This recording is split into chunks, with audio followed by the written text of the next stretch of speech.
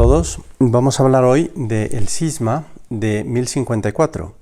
Es un capítulo realmente duro en la Iglesia porque se da una división que desafortunadamente no ha podido conseguir resolverse el problema, no se ha conseguido la unión. Para entender la gravedad del cisma, me parece que hay que tener en cuenta algunos antecedentes que no se han mencionado. Constantinopla, como es sabido, cobró muchísima importancia. Se llegó a ver como la sede más importante de todo el imperio. Ya dijimos que fue un poco como la nueva Roma. Tanto es así, salió más o menos en alguno de los videos, pero tanto es así que la veneración que se le daba al patriarca de Constantinopla muchas veces fue mayor. Se pensaba que tenía más importancia que el mismo Papa en Roma.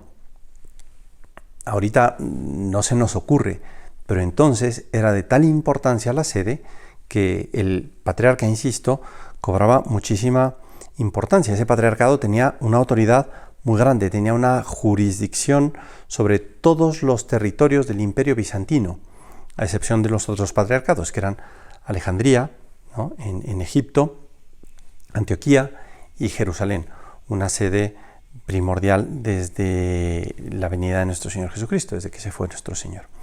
Bueno, poco a poco Roma se había ido alejando de Constantinopla. La importancia que se le dio a Roma fue mucho menor. ¿Por qué? Porque Roma, como ya lo hemos dicho en distintas ocasiones, buscó la protección de los emperadores francos o germanos o franco-germánicos. De manera que esa separación dio origen a una gran frialdad, es decir, se debilitó la comunión eclesiástica. Bueno, otro factor que perturba esa unidad entre Roma y Bizancio, o concretamente Constantinopla, es la falta de comunicación. Hay que tener en cuenta que en algún momento en Roma se empezó a hablar la lengua latina, mientras que el idioma, podríamos decir, oficial anterior había sido el griego.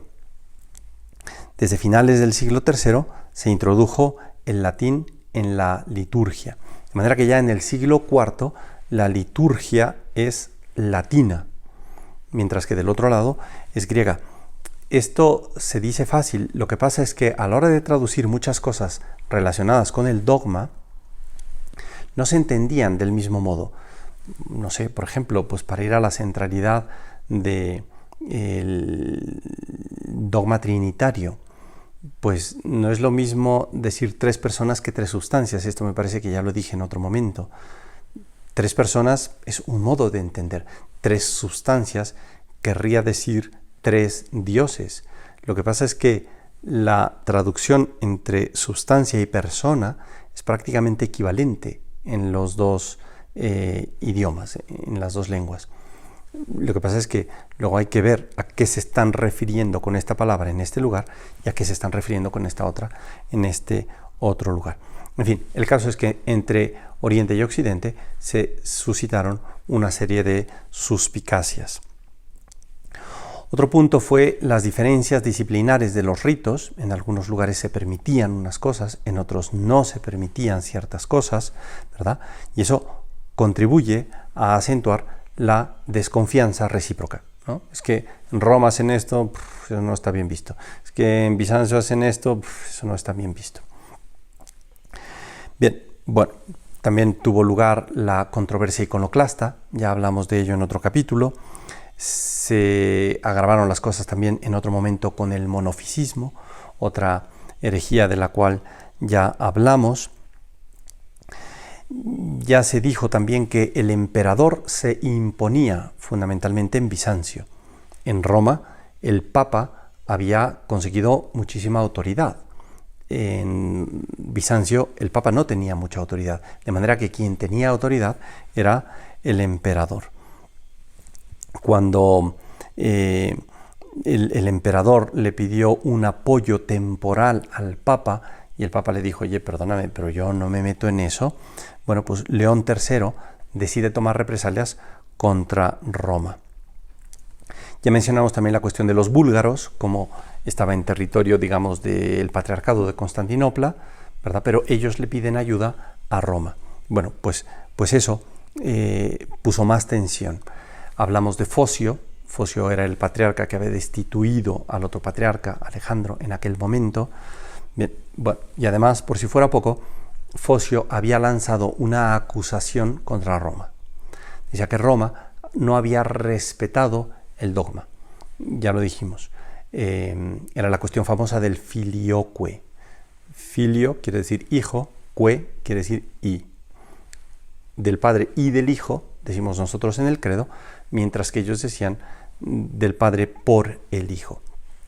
Una diferencia mínima, que en realidad luego no afecta al dogma, pero que sí marcó una tensión muy pronunciada. Dijimos, si no me equivoco, que con Focio se sembró la semilla que luego daría el fruto de la discordia, que es precisamente el cisma del que vamos a hablar. Bueno, el caso es que se van acumulando sentimientos antilatinos en Oriente. En Oriente no le gusta Roma, no le gusta Roma, no le gusta Roma. Llegamos al año 1043, es nombrado patriarca de Constantinopla Miguel Cerulario, un monje que había vivido en un monasterio de clausura y desafortunadamente veía con mucha repugnancia Roma. Se opuso al celibato sacerdotal, se opuso al ayuno, al uso del pan sin levadura para confeccionar la Eucaristía y otras cuestiones. Bien, el caso es que Miguel Cerulario toma posesión como patriarca de Constantinopla y lo primero que hace es cerrar todas las iglesias de rito latino. Corre de su territorio a todos los monjes de rito latino, expulsa a todas esas personas. Bueno, ante las diferencias que se venían dando, el Papa, también a raíz de esto otro, envía un par de representantes. Desafortunadamente, la cosa pues no va como uno desearía, ¿no? Por un lado, los enviados del Papa fueron bastante intolerantes porque no entendían la mentalidad oriental, y eso es muy importante. Lo vemos hoy en día también como, pues, no me quiero meter en eso, pero algunas naciones occidentales quieren resolver pues una serie de conflictos que se dan en Medio Oriente, y los conflictos de Medio Oriente dependen de una mentalidad muy particular que no entienden otros países. En fin, el caso es que entonces pasó exactamente lo mismo. Los enviados fueron muy intolerantes, debían de haber negociado una paz eclesiástica con Miguel Cerulario. Lo que pasa es que lo convocaron a una reunión.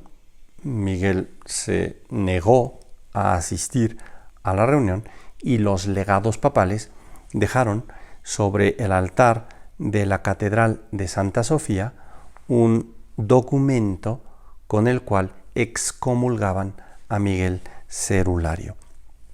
Eso tuvo lugar el 16 de julio del año 1054. Cerulario, ni corto ni perezoso, respondió con un sínodo. Reunió un sínodo en Constantinopla y excomulgó a los legados pontificios. Y con eso el cisma se había consumado. Se rompía oficialmente la relación entre Roma y el Imperio de Oriente. Lo curioso de todo este tema es que los legados papales pontificios no tenían autoridad para excomulgar en nombre del Papa porque el Papa había muerto. En fin, ellos no lo sabían. El caso es que pues, la animadversión se produjo. La vuelta a la unión de estas sedes orientales con Roma ha sido un objetivo permanente de los católicos a partir de entonces. Distintos pontífices han deseado la unión, se han celebrado concilios unionistas, por ejemplo, el Concilio II de León en el año 1274, el de Florencia en 1439, son concretamente llamados concilios unionistas, en los que se buscaba eso precisamente, ¿no?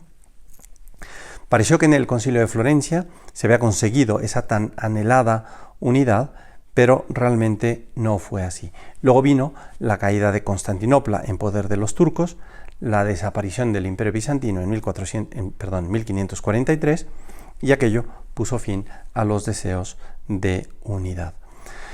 También hay que decir que durante los últimos 150 años, especialmente a partir del Concilio Vaticano II, para mayor referencia tuvo lugar del año 62 al 65, la Iglesia Católica ha tratado de mejorar sus relaciones con la Iglesia Ortodoxa de Oriente continuamente.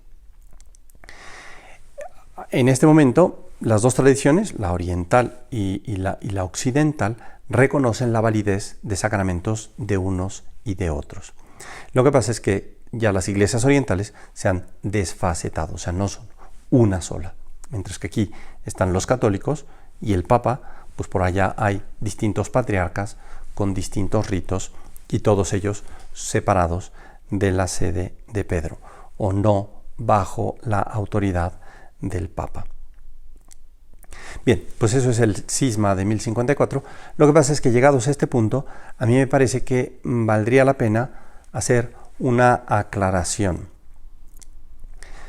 Vamos a ver, hacia el principio, me estoy refiriendo a los primeros 10 siglos, o sea, antes del cisma, como sabemos, nuestro Señor nos dijo, pues miren, la Eucaristía se va a celebrar así.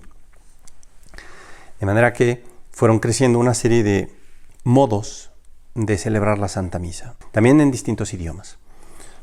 Existía o existe la liturgia de San Juan Crisóstomo, ya hablamos de San Juan Crisóstomo, y él compone unas plegarias eucarísticas, una serie de oraciones para la Iglesia, y hay así una serie de tradiciones de cómo se celebra la misa, en distintos idiomas, de distintos modos.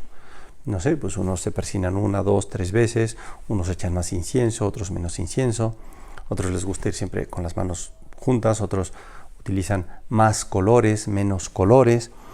Dependiendo de las mentalidades, se puede celebrar la misa o la liturgia o los sacramentos.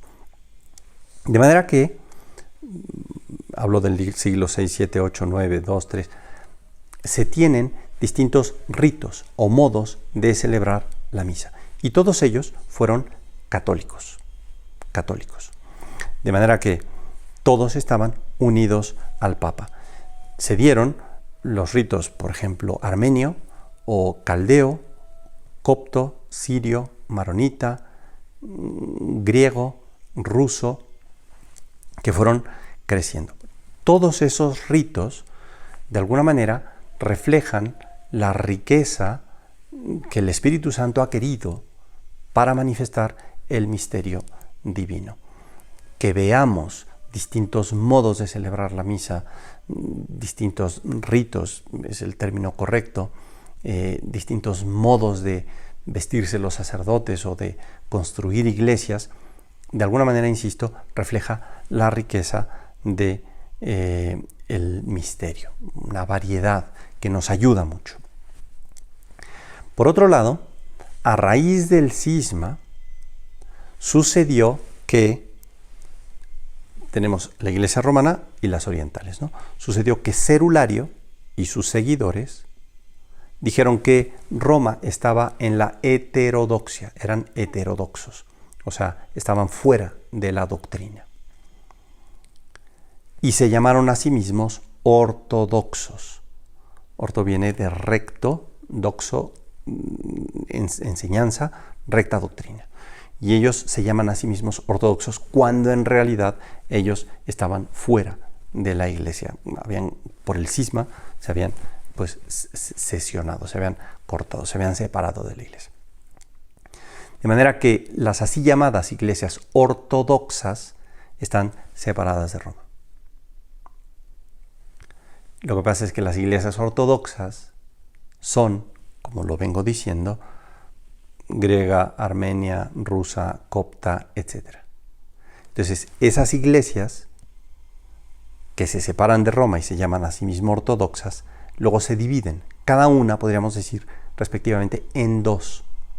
De manera que tenemos iglesia griega ortodoxa, separada de Roma, e iglesia griega unida a Roma. Y así los demás ritos. No sé si esto quede claro, pero por ejemplo, cuando tiene lugar la elección del Papa, el cónclave, pues se ve llegar ahí unos obispos con coronitas y con capas y de distintos colores. Son los patriarcas de las iglesias orientales que están unidos a Roma. Y esos patriarcas de las iglesias orientales pueden ser iglesias griega, iglesia rusa, iglesia armenia, los melquitas, los maronitas, los sirios, los coptos, etcétera, etcétera, etcétera. Una gran variedad. Católicos. Mientras que los ortodoxos griegos, ortodoxos armenios, ortodoxos rusos se mantienen fuera de la comunión con Roma. Se ha conseguido la unión con algunas de esas iglesias, ya oficialmente, con el patriarca y toda la iglesia. Lo que pasa es que en este momento el punto, digamos, más delicado es la unión con Roma, es decir, aceptar la autoridad del Papa por encima de ellos. Pero, insisto, hay iglesias católicas, orientales, que dependen enteramente de Roma. El Papa va nombrando los obispos, es un modo distinto de nombrar obispos, por ejemplo, pero están unidos. Bien, pues esto me parece que hay que aclararlo, porque luego la gente piensa pues, que los griegos pues, no están unidos a Roma. Unos griegos sí, otros no. Los ortodoxos en general están separados de la Iglesia Católica. Bien, bueno, pues muchas gracias, continuaremos. Aquí termina esta lección y no quiero dejar de invitarte a suscribirte al canal. Vas a encontrar cursos sobre la fe, la moral, los sacramentos, la historia de la salvación. No dejes de compartirlo. Muchas gracias.